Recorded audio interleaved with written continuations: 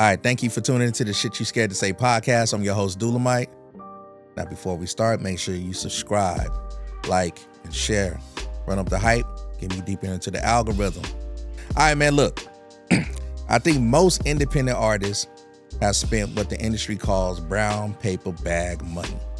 Now, if you're wondering what brown paper bag money is, it's actually easy to explain, but I felt that the podfather Joe Budden explained it very well in one of his episodes. So before I tell you, check out the audio of him speaking on it, and then we'll be right back. Okay, that don't matter. So if you pay, like if a nigga is worth $100,000, you pay him his $100,000, he can still give you some trash. Brown bag means kept from the powers that be, from the labels, from the managers, the lawyers. Straight into your pocket. This is from artist to artist, you to me, tax-free. I'll do what I want with this. So, yeah, you're getting some trash. And you gonna give me some bullshit. Yeah. Unless they fuck with you. Unless they fuck with you. Like, if you have some heat, I've seen that happen where they actually come in with some heat and they're like, oh shit, I could actually probably write something to this. But also, brown bag, right? Is it like niggas that's not really known in hip hop? Usually. Not necessarily. Right? Because, like, Sometimes. when you think about people giving verses, man, we talked about this the other day, how Wayne did 71 features or 100 features. Yeah. He ain't give nobody a trash verse. So first off, let's make it clear. Brown paper bag money is not a scam. Now, unsigned artists are so desperate to go viral or make it that they are willing to spend X amount of dollars to get a feature from mainstream artists. Now, during the pandemic in 2019, 2020, a lot of upcoming artists was complaining that they got scammed by big rappers like The Game, Fetty Wap, Benny the Butcher, Dave East, Cowboy, Fat Joe, Bow Wow, etc. Now, one of the things I did research on was two situations that were very eye-opening. So allegedly, The Game and Whack 100 faced allegations of running a pay-to-play scheme aimed at unsigned artists during the pandemic. Like, he liked all my pictures on Instagram and everything like that. It was like looking like, oh man, he messing with my stuff. But the DM comes up, he'll tell you like, hey man, I see you putting in the work, da-da-da-da-da. That's the go-getter right there. Cause now you like, man, the game just said I'm putting in work. You like, all right, bet. But that's where he gets you. So then right after that, he'll tell you he dropping a new project. I'm down to push your sound and stuff like that in a series, da-da-da. It was called In-Game. Right after that, if you're down, I need your hardest track, da-da-da-da-da. MP3 it, $750 for a spot. $750 to get put on a mixtape.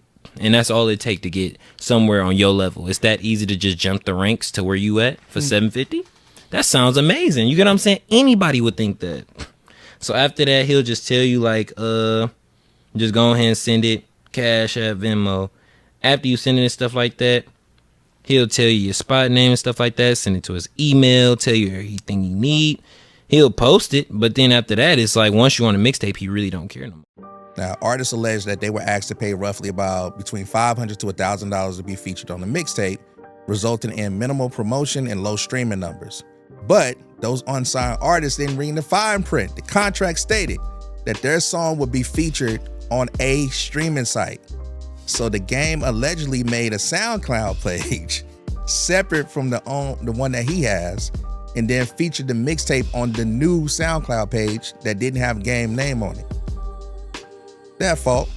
But also they said a streaming site. They didn't say sites. So they didn't say Spotify, Tidal, all of that stuff. So theoretically, SoundCloud is a streaming site. The second situation, there's actually this big company, well, there was a big company named the Block 365, who were using rappers to ask young upcoming rappers to pay $500 to be featured on their mixtape. But here's the catch. These mixtapes aren't really affiliated with the big name artists themselves. They ain't on none of the tracks, and the mixtapes are just songs of people who paid $500. So you record a song, pay $500 to be put on their mixtape. And there's like 40 plus songs on each mixtape, which all get less than 50 plays on that SoundCloud page. So if you go on the Block SoundCloud page, they have over 6,000 tracks, and in just a span of about 3 months, they made about $3 million from this. Now, the thing is, it's not really illegal what they were doing, but it doesn't benefit the small artists. So some alleged victims are indeed placed on playlists or mixtapes, but more than often, the playlists or the mixtapes did not appear on any official verified accounts. It was just on the Block 365's page as promised, but instead, It was dead playlists, no followers, no likes, no plays. If they put it on their Facebook, maybe somebody listened to it, but they wasn't getting any spins. So the company is being accused of misleading victims into believing they are communicating directly with well-known superstar rappers. Now it's clear many of the messages being sent to the alleged victims are copied and pasted. So they'll DM a person, one person to get something from Fat Joe's account. Might not be Fat Joe, but when you read it, it's saying, yo, what's up? I like your talent. I want you on my mixtape. You thinking you talking to Fat Joe, you get excited, and then you get text messages like this.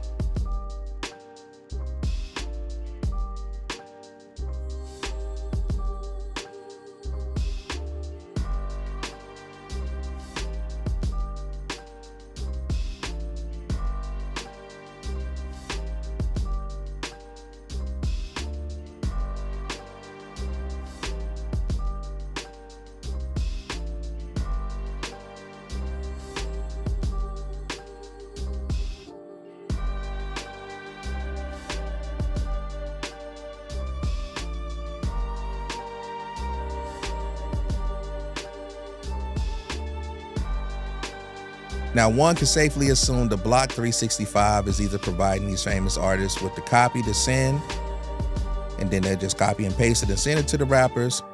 But more than likely, the company is doing all of the communicating.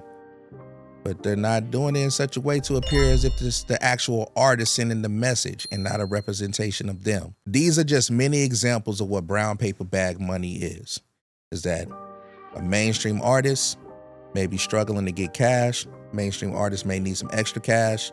You hit up independent artists during tough times. Maybe they're not getting club appearances, stuff like that. Hit up an unsigned artist. They pay $1,500. You send them a verse. Bam. They on there.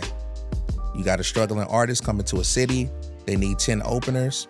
Bam. People pay $1,500 to open for the said struggling artist. They leave with the money. The artist pays $1,500 for 5 minutes on stage. These are just small examples of what brown paper bag money is. But I actually got some more receipts. I got more stories to tell. So coming up next, I got my man's Chrome. We're gonna talk about some situations that we went through with brown paper bag money, but check it out after this message from Sober H2O. All right, Sober H2O is more than water. It's a brand built to support and represent the sober and recovery community. Millions of people choose sobriety every day and are looking for products that reflect that lifestyle. Where Sober H2O stands out on the shelf, connects with a loyal and growing consumer base, and aligns perfectly with today's focus on wellness and mindful living. By carrying Sober H2O, you're not just selling water, you're offering hydration with a purpose, and a brand customers are proud to support. Live life sober. Make sure you visit soberh2o.com. Now back to the show. All right. Welcome back to the shit you scared to say, man.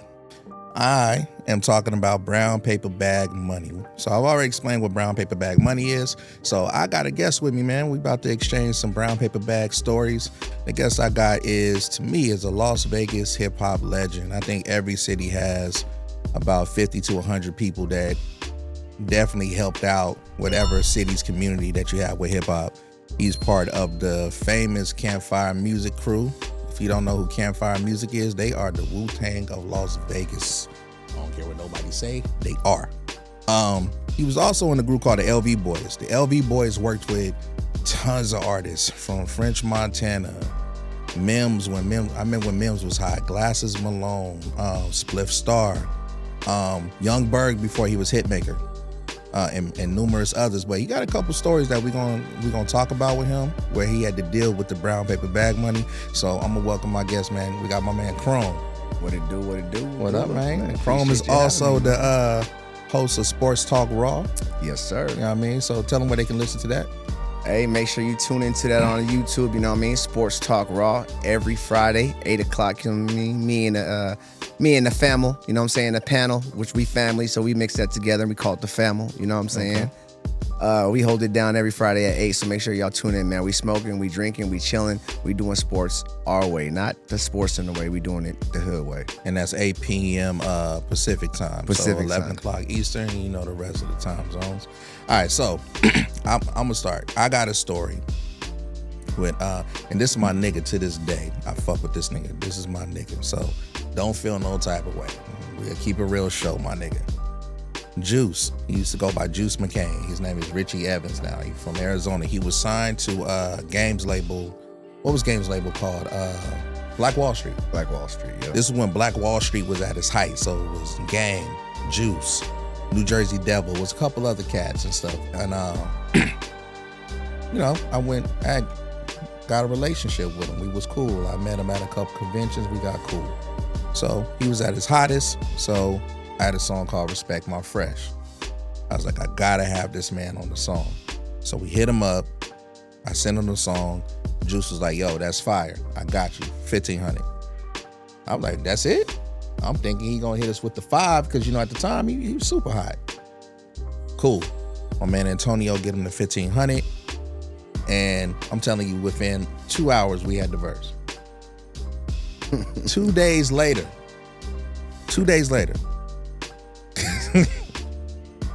I'm on Twitter. This is before it was X, it was Twitter. I'm on Twitter and I see just some random rapper say featuring Juice McCain. I said, oh shit, my nigga Juice on something? Listen how I'm talking. Oh, my nigga Juice on something? I click on it. I'm listening to a Juice come in the second verse. Nigga, it's the same fucking verse that he did on Respect My Fresh. That's crazy. So you know me.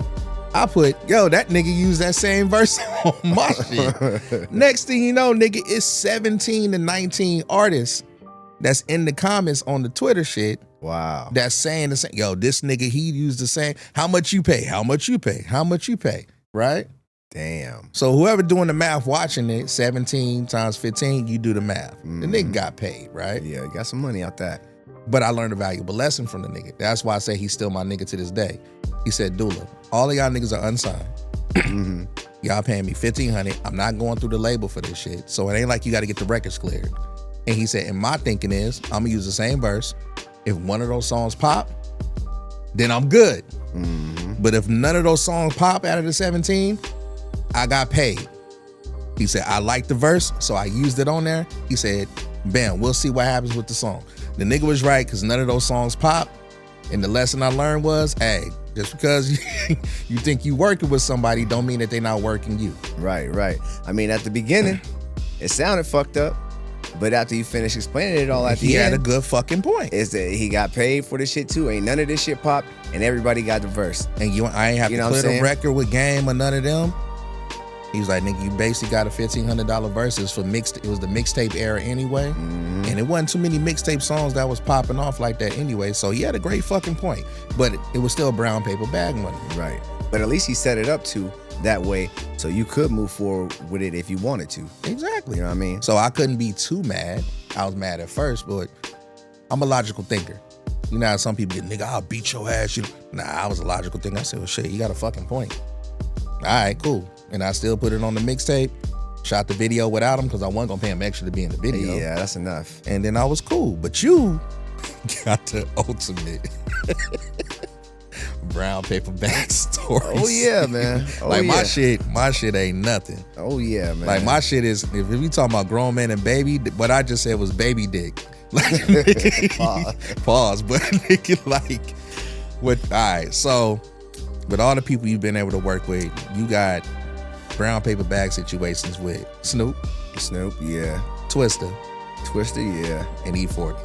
I mean, not a bag situation. Not so much with E40. You know what I'm saying? Yeah, it wasn't no bad So we won't even say E40. Yeah, we don't say 40. 40 was good. But it's definitely brown paper bag with Snoop, and Twister. And I'll see if another one come to me because. But the Snoop story is fucking incredible to me, nigga. I'ma shut the fuck up. I'ma let you tell the story. Yeah, man. So this is many moons ago, and I'll tell him the year. We used to have a Hold on, I'll tell him the year. What year was this? Oh, you don't remember the year? Nah, too much weed, nigga. It was 2011. 2011. It's 2026.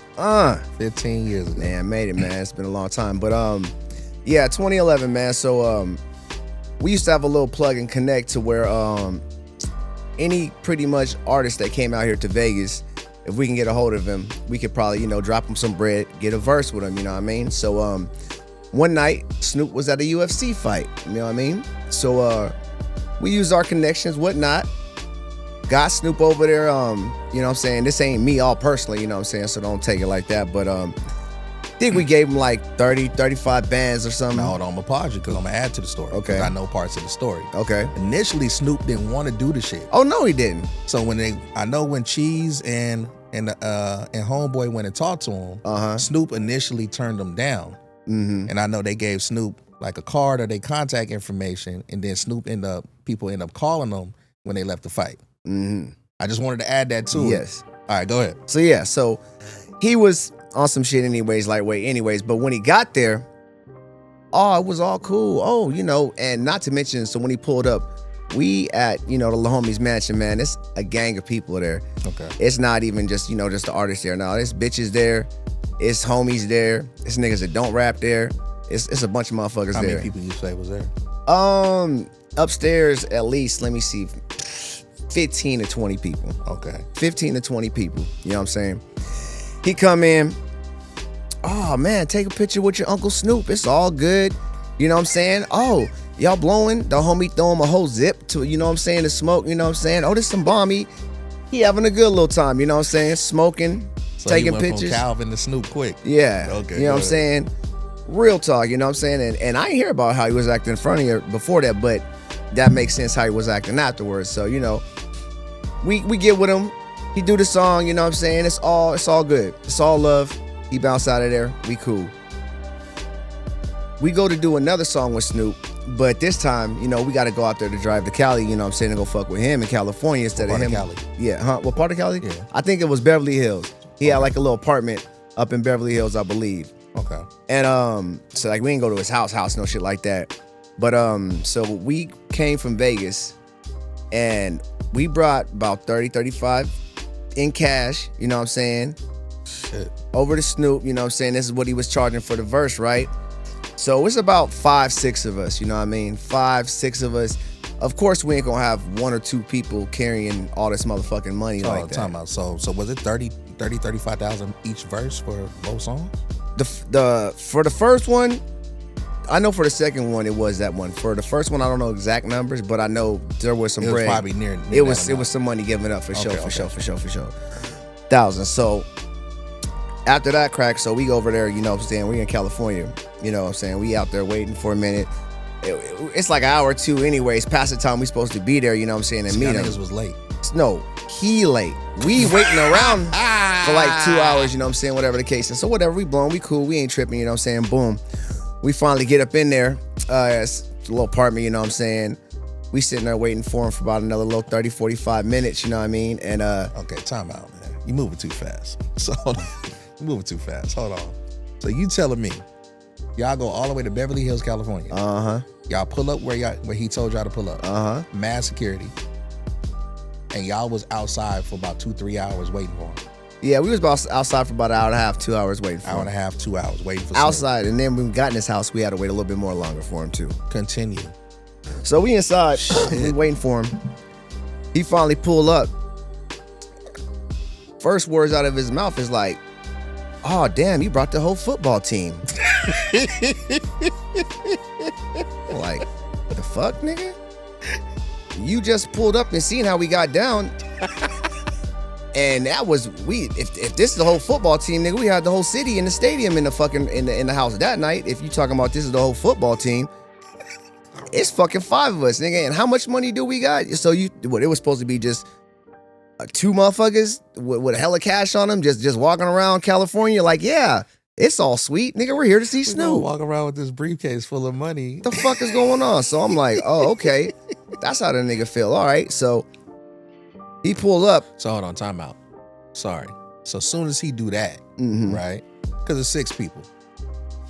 What was you thinking right there in that moment? As soon as exactly what I said, nigga, you just was at our spot with 3 to 4 times the amount of people that we here with right now. And you know how much money we got on us? So you was kind of head scratching. I was head scratching and foot tapping, like, what the fuck is this? Like, this shit was like almost a a left blow. You know what I'm saying? A Because blow. him being late, that's probably normal because it's Snoop. It's He Snoop. probably I'm not tripping, He you could have know. been on the set or something, doing another interview. And we something on like your that. time. And we on Snoop We time. coming down to see you, so I get it. You know what I'm saying? Yeah. Time shit wasn't an issue. I'm just impatient. You know what I'm saying? But you know that happens. All right. But the comment, I'm like, damn, bro, that's how you feel? After we've been waiting here. So after the time waiting there, me being impatient, hearing a comment, now that's just double whammy of on my nerves, you know what I'm saying? Like, what the fuck, nigga?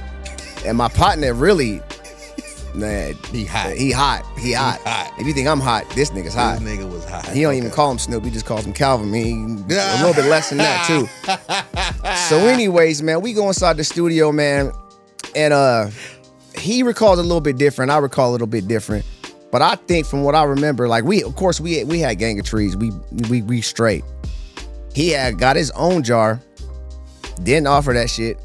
Didn't, you know what I'm saying? Because when he was out in Vegas, nigga, we threw him a whole zip. You know, here, it's all love. Woo, woo, but, man, we all smoking. We got our shit. It's still even like, hey, this is some fire that I got. Nah, just kind of not shitting on us, but having that kind of attitude. So he goes in the verse. He goes in the booth to do his verse. And while he's doing the verse, he starts lightweight doing shots in his verse. Like, I can't remember the words exactly, but he was like something about getting paid thousands dollars for a verse, but I'm $1 million nigga. Time out. Hold on. So y'all niggas is there. Yes. Snoop going to the booth. Yeah, in the closet. Yeah, in his apartment. Hold on, he in the It's closet. So it's not even. This he not didn't even. take We're you- not in a fucking real studio. He put y'all in Studio C. No, look, he's in Studio C. Yes, nigga. Yeah, it's an apartment, my nigga. We are literally in his apartment. So it wasn't like he took you to like the house. No, He not took the you house. to the apartment. Yes, where he had his probably white boy engineer. Maybe where they come up with some shit. You know, now that I do my shit, and So it's it's like called the a demo- pre-production the demo studio. Yeah, probably a pre-production studio for sure. Definitely wasn't no fucking. And went into like an actual closet where they put the pad in. And We then- was in the room. and then dished y'all. That's nasty. Nasty nigga, right? Nasty nigga, right? The homie caught it, didn't he? Oh yeah, nigga. We all looking at this nigga like, oh fuck this They nigga. got me. I'm doing shit for some thousands, but I'm worth a fucking million. What? Crazy, right? Like just crazy, like, and it's like the whole fact is, partner, you getting paid. You know what I'm saying? You getting this cash and shit under the table. This shit ain't even really. It ain't nothing. You know what I'm saying? And if it's that important to the point you gotta say something slick, nigga, you need it, nigga. And if you do, then get it and get it right. You know what I mean? It ain't really no motherfucking reason to go about it in that situation. And if that's the case, either dead it, nigga, or fucking roll through with it all the way. But that slick shit, like, I used to be a long time fan of the nigga. I ain't gonna lie. I liked him. I fucked with him. Snoop a legend. After that, all respect is gone out the window. I can't even hear his music the same and listen to it no more the same, you know, just off of personal experience like that. And it's like, and that's crazy too, because it wasn't even like the first or second time I had met him. And I'm pretty motherfucking sure that nigga wouldn't know me if we walked past each other. He wouldn't be like, oh, Chrome, you know what I'm saying? So it wasn't nothing impressionable like that. But at the same time, just from seeing somebody that you thought you knew and then going through that situation and then seeing how he treated some upcoming artists that traveled all the way across, not across, but you know, they came from a whole nother city, you know what I'm saying? They ain't fly on wheels, you know what I'm saying, to bring you cash. And that's the kind of response that you give them to, you know what I'm saying? So after that, respect out the window. Those songs never dropped though. Yeah, they never dropped. And wonder- you actually gave me some little information. You wonder So why they never dropped? yeah, tell me why they didn't drop. But it's part of brown paper bag money, right? And so he was in it for the super long run after this. Most major artists. See, that's the lesson of this story, right? Most major artists, if you get a feature from them and they're signed to a label, you have to get that record cleared, right? Unless the artist owns that label. So at the time when y'all niggas did that, Snoop was with Priority. But Snoop was also one of the chairmen in Priority. So when Cheese, God rest his soul, and Rest in peace, big and the dog. other gentlemen tried to get the records cleared, it was a come up. It was easy for him to do that because it was like, okay, they're gonna pay me $60,000, $65,000, but to get the songs cleared, we talking about another $250,000 up. So when Priority didn't clear the records, it was basically you just paid $65,000 for the experience. For experience, yeah. And to the, you know what I'm saying? So he was trying to get about maybe like $500,000 out of that situation. That's Y'all wanted crazy. to drop it, and That's nasty work. That's nasty But work. at the same time, I ain't mad at it. The treatment, I understand what you're saying with the treatment. Right. They're like, yo, man, we hungry just like you was hungry. Right. But at the same time, hey, and I get it. That's got why that was the last experience that we had with him, you know what I'm saying? Then approach that shit no more and and would not do it ever again in the future. You know what I mean? So what happened with Twister? Oh, with Twister? So before I go into Twister, just a quick little highlight on the E40 situation that we had. This is why we felt about the Twister situation. So we did some tracks with E40 and it wasn't Cocaine. I can't remember his name, but he kind of sang a little bit. He was with E40 a lot. But anyways, we did about 2-3 songs when we went out there with E40 in a real studio. Shout out to Droopy too, nigga. Droopy was love. So we out there doing music, and I got actually another funny part, a funny story with E40 in the same studio. But E40 had one of his artists go in this booth and do a whole chorus using E40's voice and use the words. After he finished, 40 went in the booth and repeated everything he said, and then that was how they did the chorus. Me watching this shit, that was the first time I've ever seen no shit like that. I was like, if I wasn't here at the studio right now and you sent me this song, I could not tell you that E40 did not just do this chorus. Oh, dude, Once again, hold on, you're moving too fast. Hold on. So a nigga goes into the booth. A hippopotamus. Yes, I was just about to do it. Hippopotamus. Yes. Then E40 like, all right, I got you. He go over there. Hippopotamus. Yes. Wow. Yes. Say Yes. it so. And, depending on how you look at it, shit, nigga, let's imagine you got a partner that know how you rap. Like, I got a chorus for you. But you got to say it like this, you know what I'm saying? How you got to say it, Grom? But you got to say it like this, you know what I'm saying? One more time. Do it one more time. But you got to say it like this, you know what I'm saying?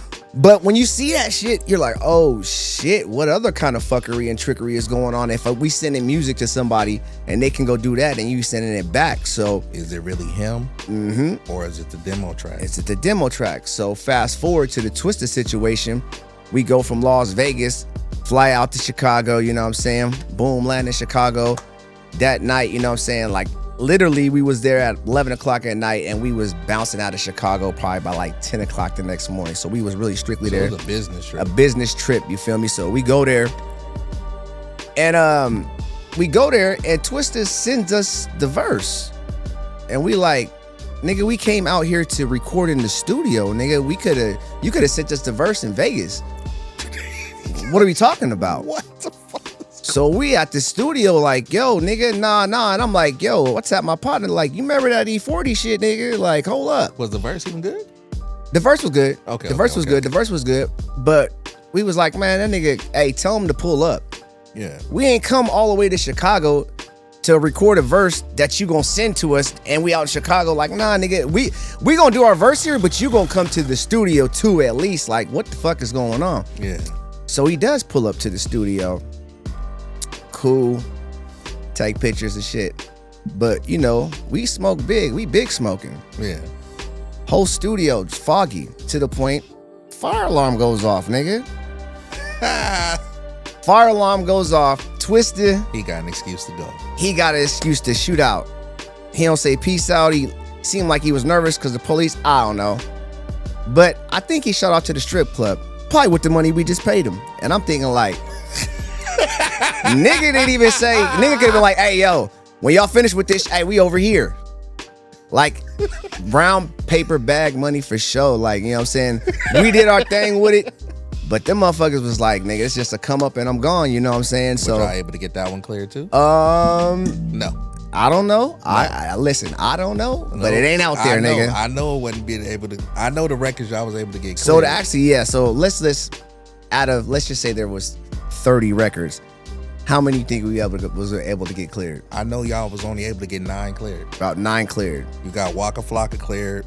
Y'all got what's the nigga from 3-6 Mafia? Juicy J.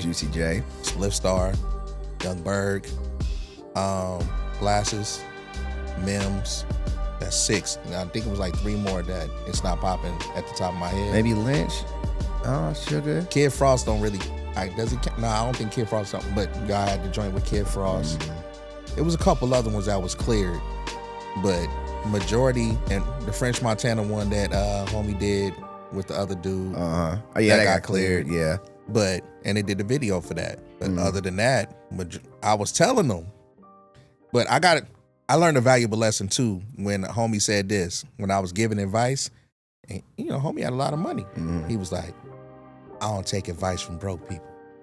Ouch. When he said that to me, I was like, I ain't broke, but damn, I ain't got millions like him. Yeah. So he ain't trying to hear me right now. But when them songs didn't clear it, I kind of was just like in the background laughing, like I tried to tell you motherfuckers, you got to get that shit cleared. Oh, shit. Nasty work. Nasty work. Nasty work, but definitely. But what'd you learn from it? That's what I was just about to say. Definitely lessons learned from that shit. And I learned personally, you know what I'm saying, that shit to me ain't really worth it. You got to be more decisive with the money and the decisions that you're gonna make with the artist. You know what I'm saying? You could go do 1 million songs with all the most popping artists. For one, if they don't get cleared, then you can't use them. And if they do get cleared, then you're probably gonna have to spend more money after the fact too. So going down that route really probably isn't the best route to go down. You'd probably be more wiser to spend your money on promo, merch, and touring, and just get out there. To be honest with you, touring, man.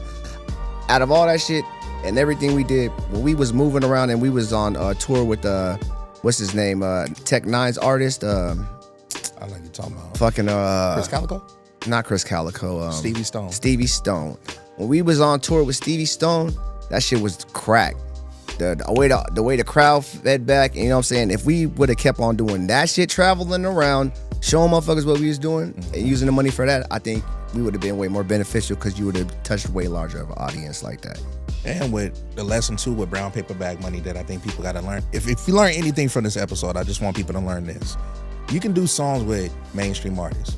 It costs a lot of money. The money that you're doing with the mainstream artists costs probably more than the marketing and the promo that you got to put into it. So if you got a whole bunch of money, it ain't gonna really bother you if you got $3 million and you got to spend $500,000 on something like that. But most artists don't have $500,000. That's why they want record deals in the first place. So if you only got $3,000, why would you give half of that to MC XYZ when you could put that money into something else? Because at the end of the day, artists complain about the labels, but artists are no different than the labels when it comes to independent artists. Mainstream artists look at independent artists the same way the labels look at them. It's a come up. So the lesson today is don't be the come up. I was just gonna say what you at the same time. Nigga, don't be the come up. Don't be the come up. Don't. I'm telling y'all, when I'm gonna say it again, and this will be the last time I say it in the episode. When I started this podcast, I wanted to have receipts. I wanted to give the lessons behind everything, because there are lessons that people live. You ain't gonna hear all of this right stories the way that you need to hear them until you hear them from the actual person. Anybody can get on a live, a podcast, or anything and tell you some bullshit and just be giving an opinion. This man just told you real stories. I told you a real story. We made mistakes. Learn from our mistakes. Put your money into the proper things if you're trying to make it as an independent artist.